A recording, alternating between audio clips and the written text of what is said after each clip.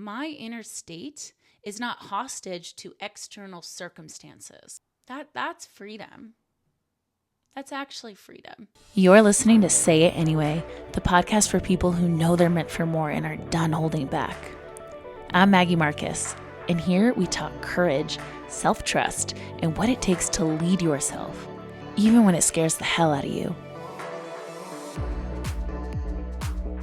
You guys ever notice how one small thing, like somebody leaves a mess, somebody's taking too long at the gas pump or at self-checkout, someone doesn't follow through on their word, or someone's taking too long to place an order, how that can totally hijack your mood and throw you off. Not because it's even a big deal, but because you're thinking, this shouldn't be happening. But what if that one sentence is actually what's costing you your peace?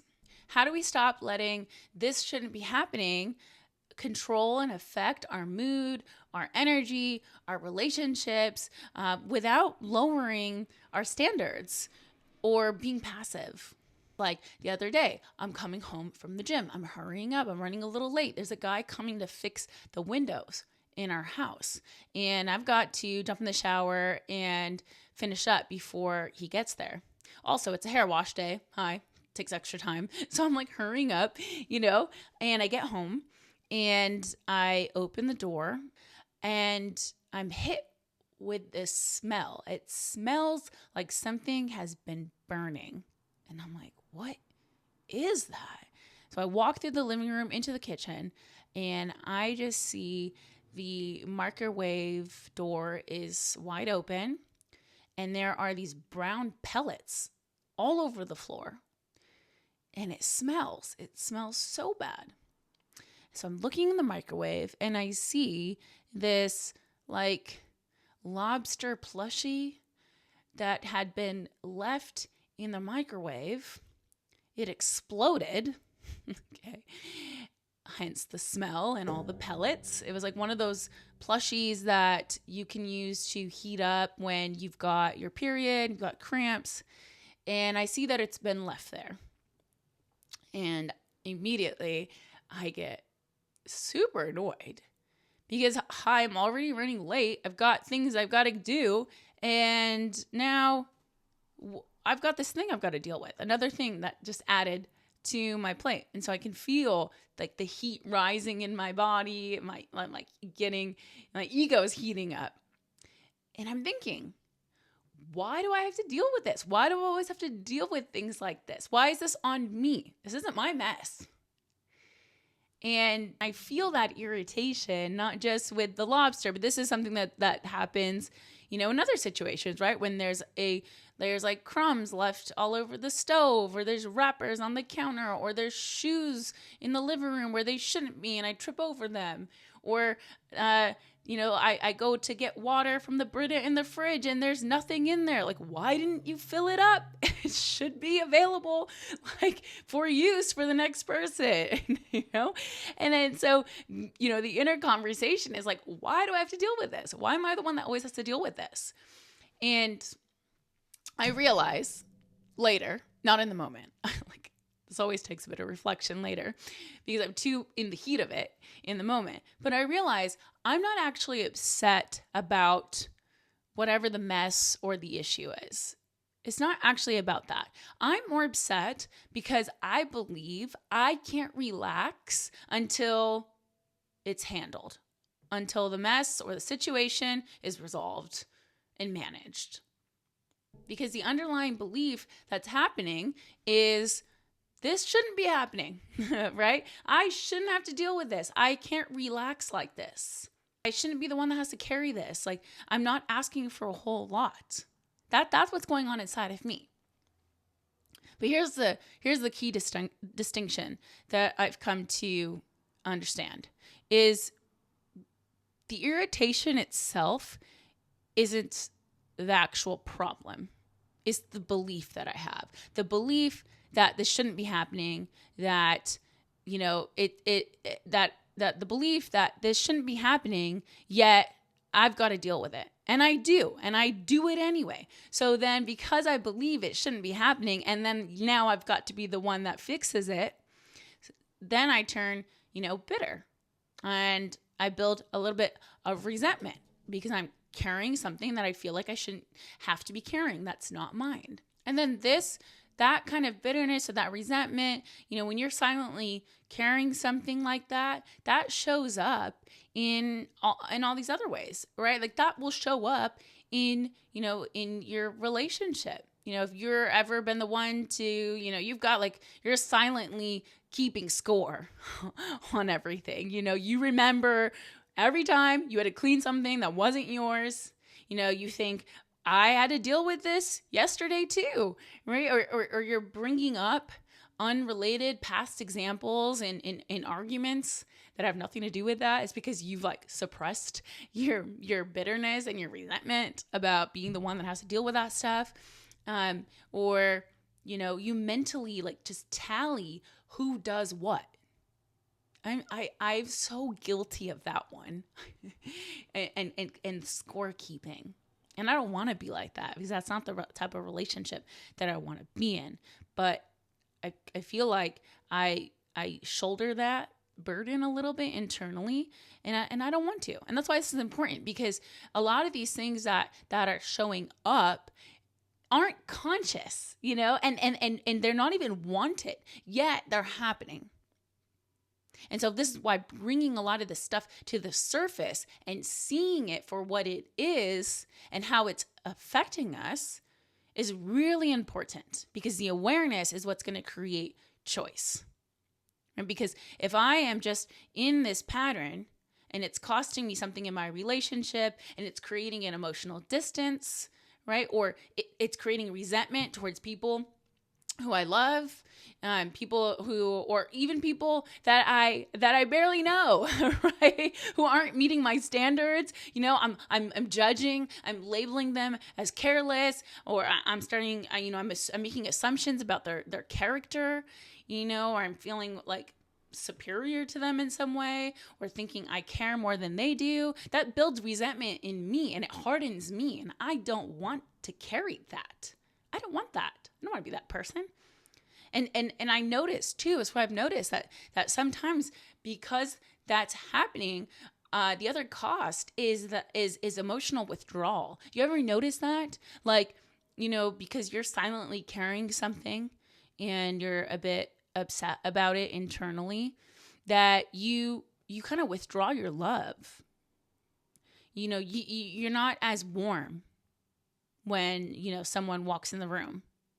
Someone you live with, your partner, your kids, you maybe do a little less for them. You avoid conversation, right? You pull back and you kind of disconnect, but you don't really say why.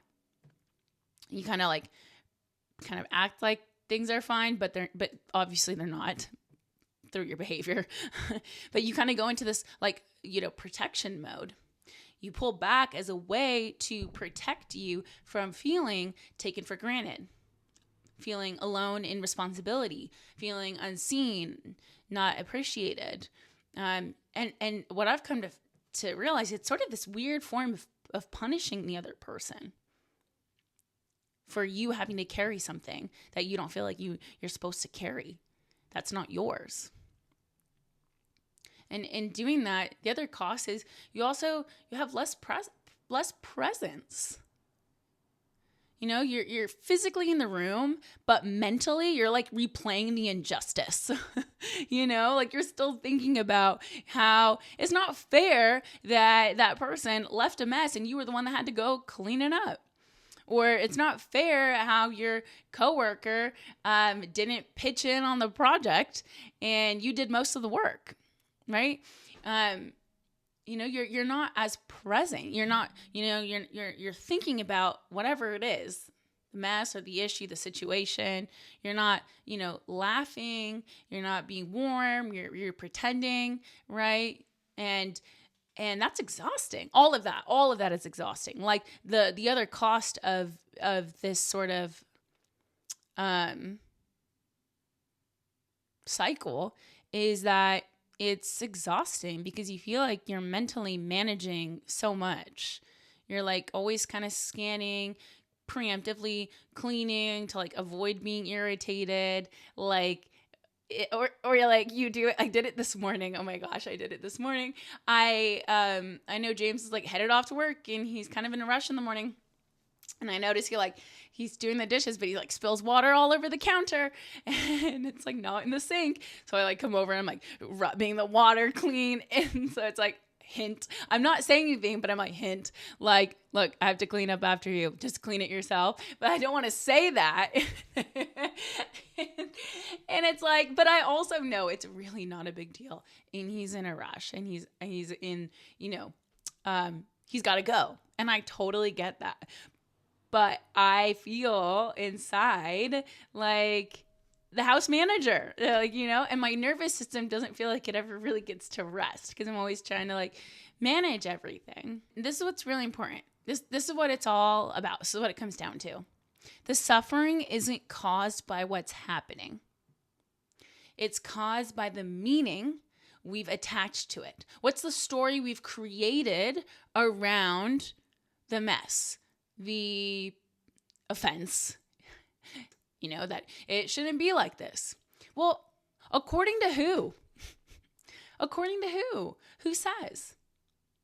The thing is, it's happening.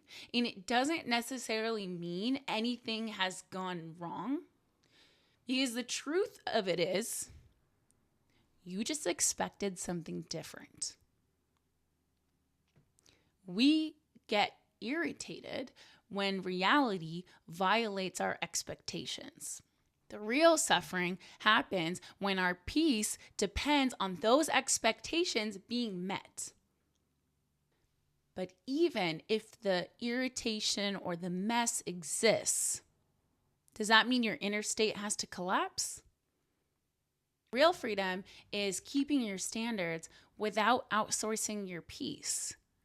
Especially when you can't control other people's behaviors. That's like giving somebody else the TV remote and wondering why your show isn't on. Here's a really important distinction I want to make. You don't have to agree with what's happening. Like, you're allowed to have your standards. Let's not confuse acceptance with agreeance. I'm not saying that you're going to have to like what's happening. But your inner state doesn't need to depend on other people meeting your standards. That's really important because that awareness alone creates choice. And in a way, it gives you your power back. You can accept reality and still respond to it.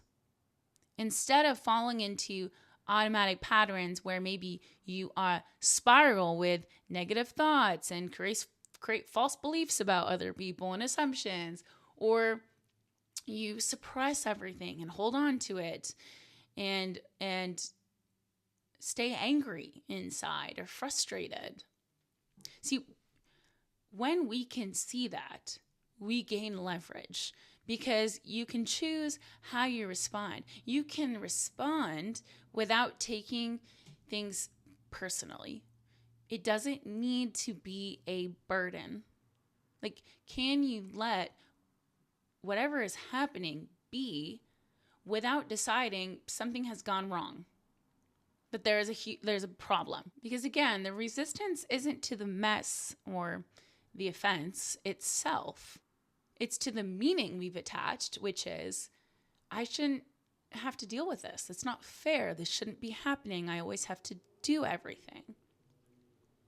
And maybe there's some truth and some merit to that, But here's where we can start to check those thoughts and some of the stories that we're creating. Like, is it true, right?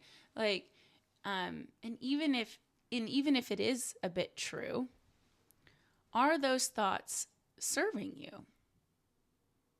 Because you can say, I do carry more in this area without saying I'm stuck with it and this shouldn't be happening. One invites conversation. The other fuels resentment. You can still set boundaries and make requests without the emotional charge. You can say, this is what I need to feel okay in this environment, versus I'm upset and I need you to change so that I can relax. Or something that's helped me is just checking myself and realizing that these are just my expectations. And I can't always expect other people to live by my standards, but I can communicate them. And I can decide not to fuel the negative thoughts. So the question really isn't, how do I let it go, or how do I be unbothered? Because you're going to be bothered. Let's be real. The question really becomes, how do I restore my sense of choice? Because like I said, you're going to be irritated. It's human. You don't need to dismiss how you feel, and you shouldn't. But you can feel what you feel without turning it into resentment. It turns into resentment when you're irritated and you feel like you have no choice but to handle it. But you do have choice. You can stay in peace and still from that place express needs, set boundaries, have necessary conversations without making your peace dependent on it.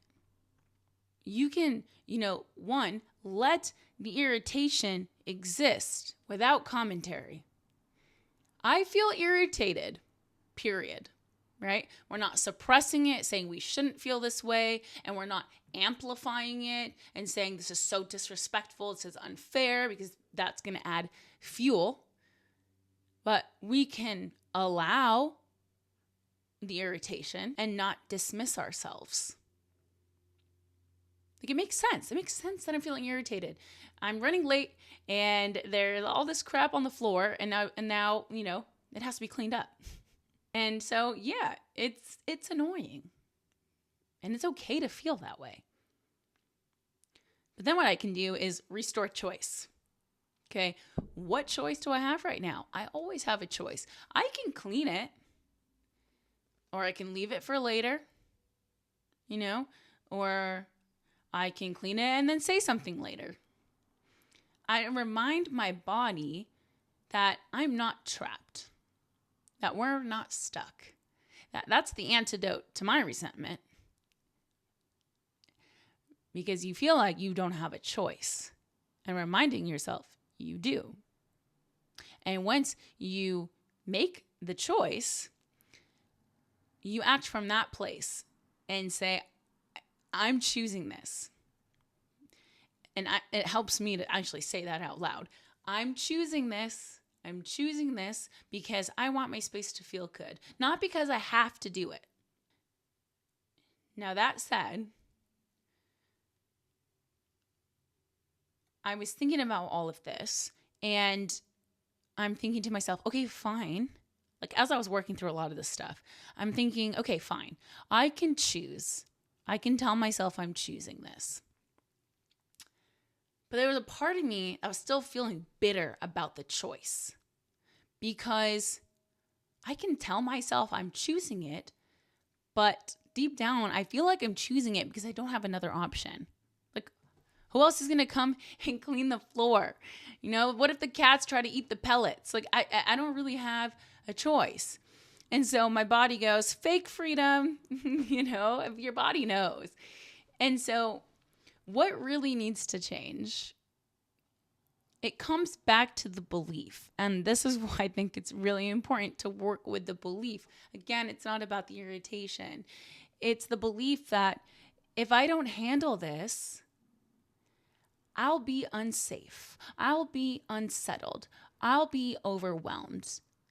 I won't be okay until this is handled. And I'll be the one who suffers.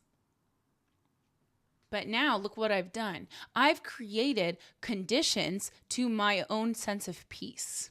I've said that I need things to look a certain way or be a certain way before I can have peace. That things need to be in order. Things need to be clean. People need to take responsibility for their actions. Can you have peace without those conditions? What if nothing about the situation needs to change for you to be okay, including the irritation? Because it's okay to feel the irritation. And when you allow it and you give space for it, it will dissolve. But it's the fighting it and the feeling that it shouldn't be this way that creates the suffering. Because the truth is, you're already free. You're just momentarily believing that you're not. Most of us are not upset because someone left a mess, someone didn't follow through, someone took too long, someone wasn't thoughtful. We're upset because somewhere inside we decided, I can't relax until this changes. And that belief turns preferences into requirements and requirements into resentment. Most of us don't lose our peace. We make it conditional. Now, that doesn't mean I don't care, I drop my standards, I don't address things, I tolerate disrespect.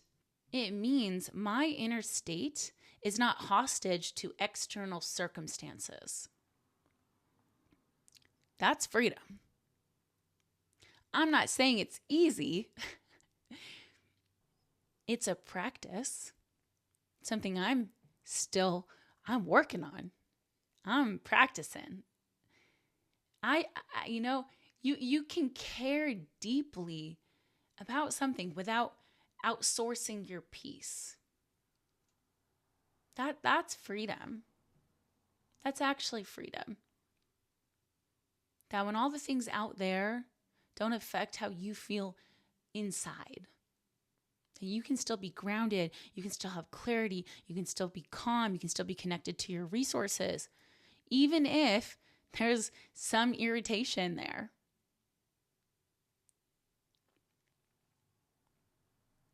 Even if your preferences aren't being met, because that's what it is. Reality doesn't have to bend to my expectations and my preferences in order for me to still feel okay, to feel safe.